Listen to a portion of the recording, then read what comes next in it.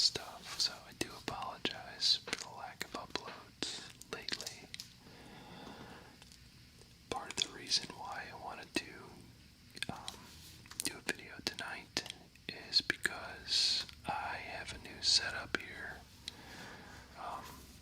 Some new microphone arrangements, as well as a wider angle camera so that I can capture more surface area without having to go to great lengths just to get a decent shot of what I'm looking at. It's not going to be perfect, but I think it's an improvement. So what do we have here today? I am a huge fan of the original 3 Star Wars movies. Specifically, I'm a huge fan of the sound design in those movies, and Ben Burtt here, I can't really see the framing right now on my camera, but I believe this should be pretty clear. Ben Burtt is the main sound designer for the Star Wars movies, so I thought we would take a look through the sounds of Star Wars book.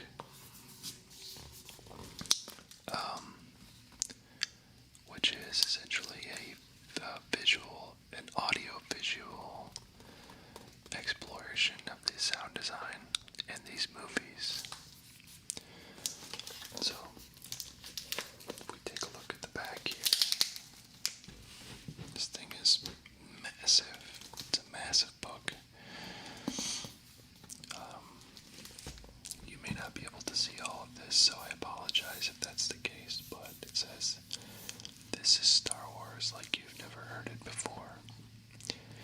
And in 1977, when Star Wars Episode 4, A New Hope, hit theaters, moviegoers were blown away by a cinematic experience unlike anything they had seen or heard before.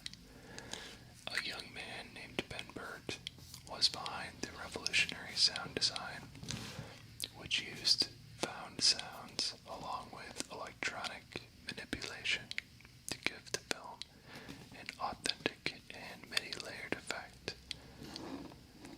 Burtt went on to develop the sound design for all of the Star Wars live-action films, creating a vault of genre-defining effects that are as fascinating in their origins as they are entertaining in their execution.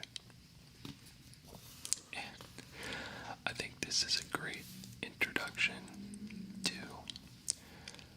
kind of the contents of the book here. And I apologize, by the way, for the sounds of nature, but there's shadows in life, so what are you gonna do? Aunt Beru's food processor is a series of slowed down beeps that come from a shortwave radio belonging to Burt's grandfather. The beeps were originally recorded in the attic of his grandfather's Ohio home. The Millennium Falcon is the fastest hunk of junk in the galaxy. To create the unique sound of its flybys, Burt went to the national air races in the Mojave Desert and recorded World War Era II racing planes flying directly overhead. The occasional thunderclap or lion's roar was also mixed in during the moment the Falcon passed by the camera, and so on and so forth. Oh, this is good. An insanely aggressive dachshund owned by Burt's neighbors provided the sounds that became the murderous roar of the massive Rancor beast, which is this guy right here. And there's the, she's not in the frame by now. Maybe she will be now. There's Aunt Beru, the ill-fated Aunt Beru, who, spoilers, was burned to death by the Empire in the first movie. It's a bummer, man. So this is The Sounds of Star Wars, a rather lengthy discussion of what went into creating these sound effects in the Star Wars films. Now, since this is an ASMR video, I'm not going to play any audio for you because it will be anything but relaxing. However, I should note that the book comes equipped with a basically piece of flash memory with all of these sounds loaded onto it that you can play while you're reading the book. And it's got like yeah, there we go. It's got a headphone input on the side or output on the side. So if you ever decide to get the book, you'll be able to actually play the sounds as you read it. Okay. Again, I apologize if the camera angle is off.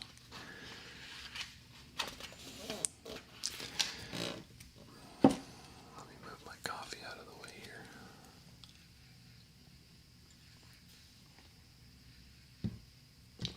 Okay. So, as you know, the original Star Wars, the first Star Wars movie was made in the 70s. It would have been the early 70s, and there's a picture of a very young and enthusiastic Ben Burt, master of his craft. They went all over the place to capture some pretty fascinating sounds to combine into what you hear in Star Wars.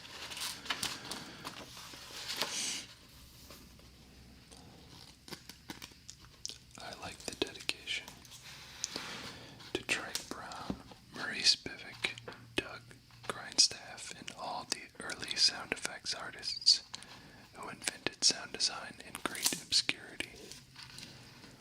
It's a great shout out. This is a really nicely put together book. It's bound very sturdily, so it'll take a beating.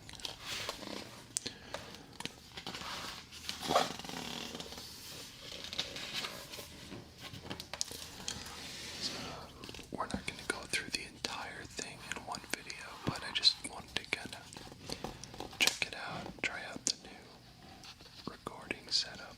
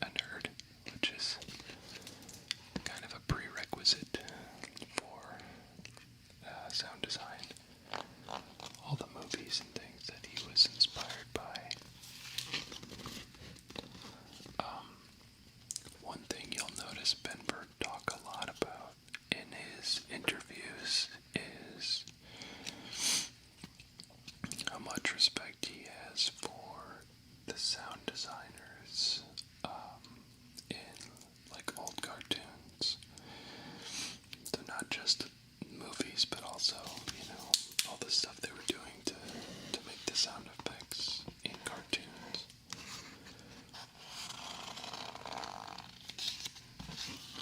Here's War of the Worlds.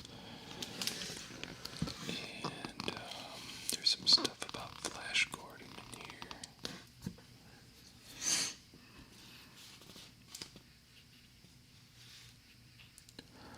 I like this.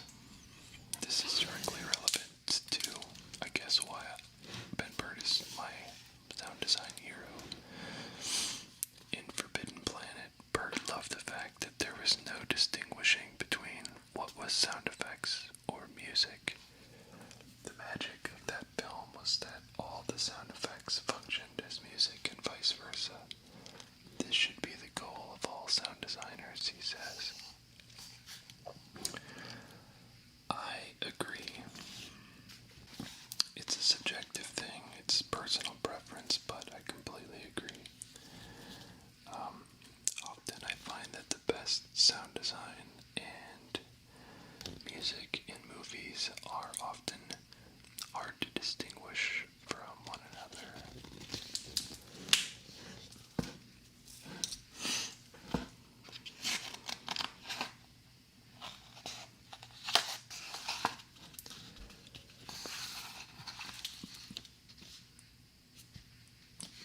There's some really fascinating,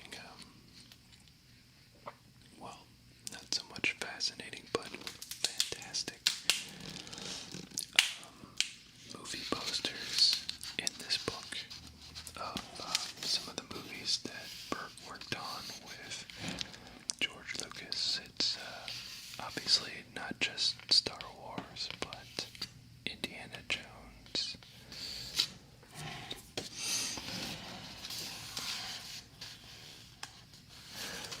I like this discussion is about, and this, if you're into sound design, you'll definitely recognize this.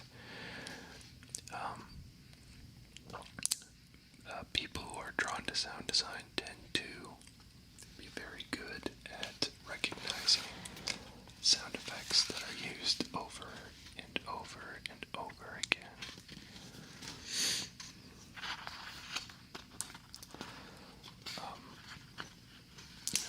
Obviously there's some very famous examples of that, such as the Wilhelm scream, and a handful of different door opening sounds. In this, he's talking about some phone ringing sounds that you would hear in just about every movie.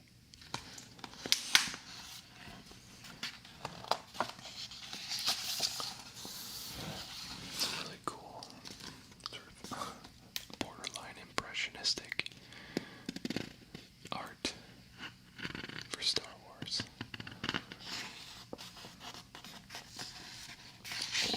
There's George Lucas, obviously.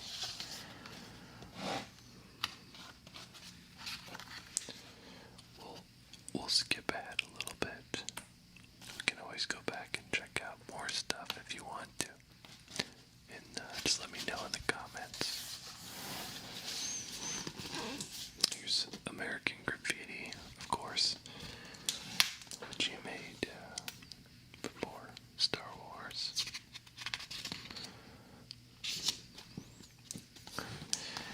I don't know if this is in frame, but there's Ron Howard, who was in American Graffiti, and of course, he was also in Happy Days, and he's a director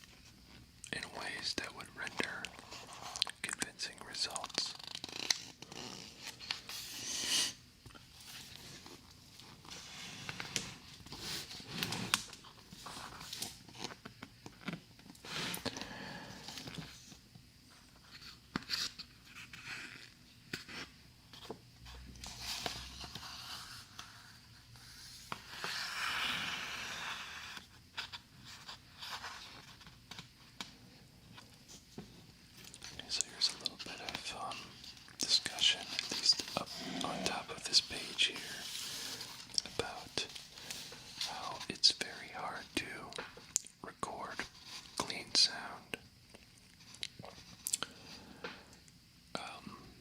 on set while you're actually filming a movie, and therefore you sometimes have to go in and fix it in post-production. And in fact, nowadays,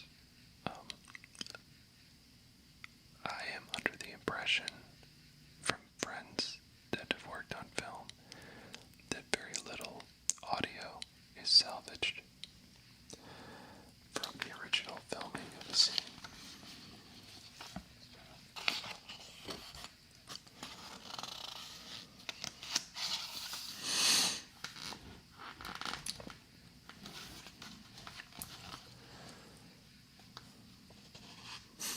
Here's some discussion of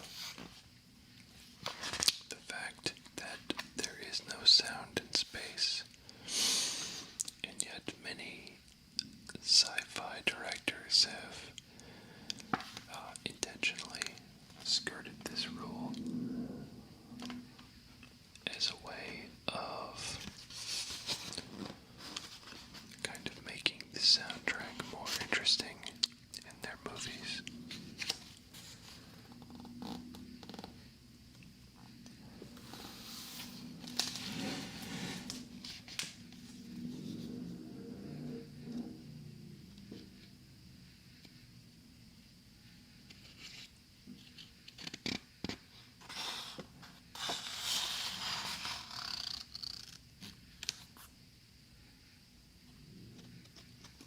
I have a lot of noise going on outside of my house right now. I apologize.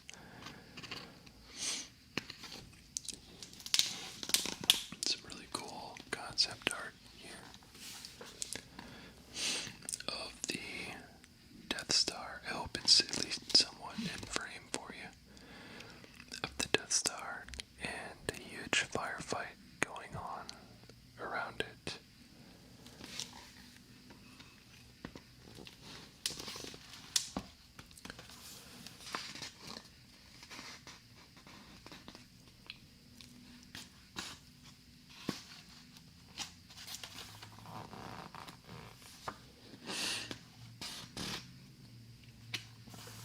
Oh, I like this quote very much. It's so true.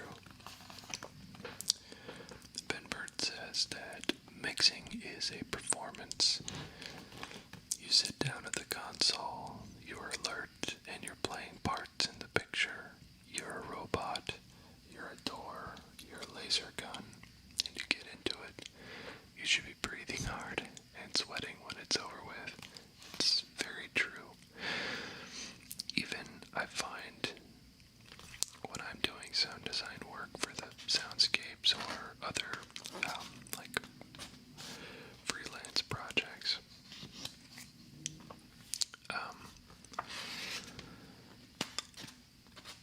even in the days of sort of digital,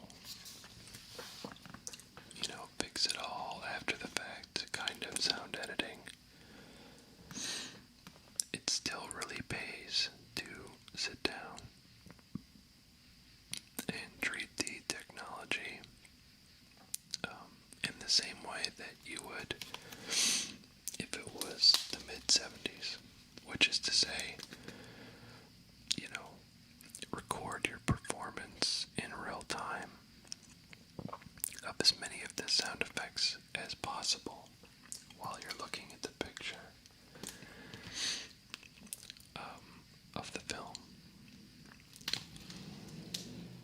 And then, using that modern technology, you can always go back and edit your performance in a very clean way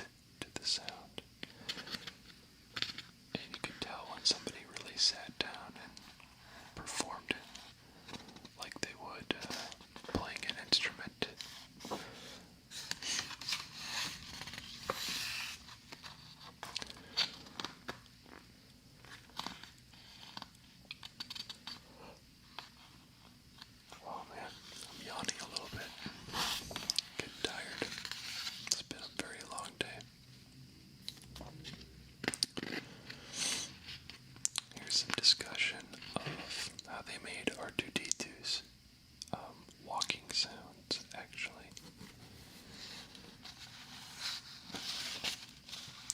And also how they designed his speech patterns, since, as you probably remember if you've seen the movies, R2D2 does not speak in English, but in fact conveys his emotions in a series of beeps and whistles. And the challenge for Ben Burt on R2D2's voice was how to convey emotion and feelings that the average viewer would be able to pick up on, despite not hearing, human language. And obviously a lot of that comes down to context of the conversations, as well as the pitches and cadence changes of how R2D2 would react. Here's a fun fact for you. The laser guns in the Star Wars movies were created by large coils of wire between high tension towers. Or I'm sorry, actually that's for the TIE fighters. The laser guns, I think, were just created using a slinky, like hanging a slinky from the top of a ladder, and then recording. Ben Burt would record himself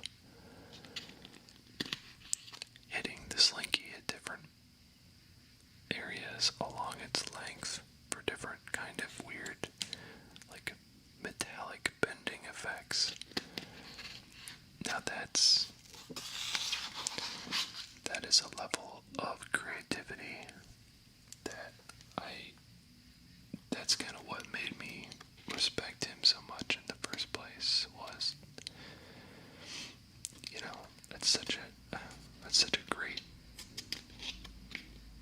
great way to sort of use what you have around you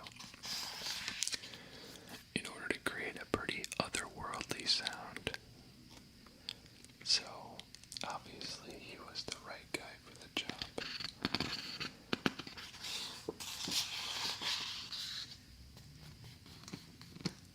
Alright, coming to the end of this particular video. Let me know in the comments whether you enjoyed this sound and whether the picture was satisfactory to you. I certainly hope that it was relaxing. And let me know if you'd like to see any more videos like this one. For my next video, my next non-soundscape video, I'll probably be doing a sticker book video. So keep an eye out for it. It's going to also be, by the way, Star Wars themed. I'll leave it at that. But I like sticker books. I haven't actually seen one in a long time, so hopefully that will create some cool sounds as well. Alright, thank you for watching, everybody, and I'm going to get back to work here pretty soon on creating another soundscape for you guys. Thanks for your awesome support, by the way, for my reaching my 5,000 viewer target. That was really cool. I got some really nice messages, and it was cool of you guys to notice, despite not making not making a video about it. So,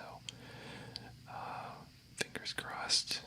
Hopefully, 10,000 subscribers is not too far away.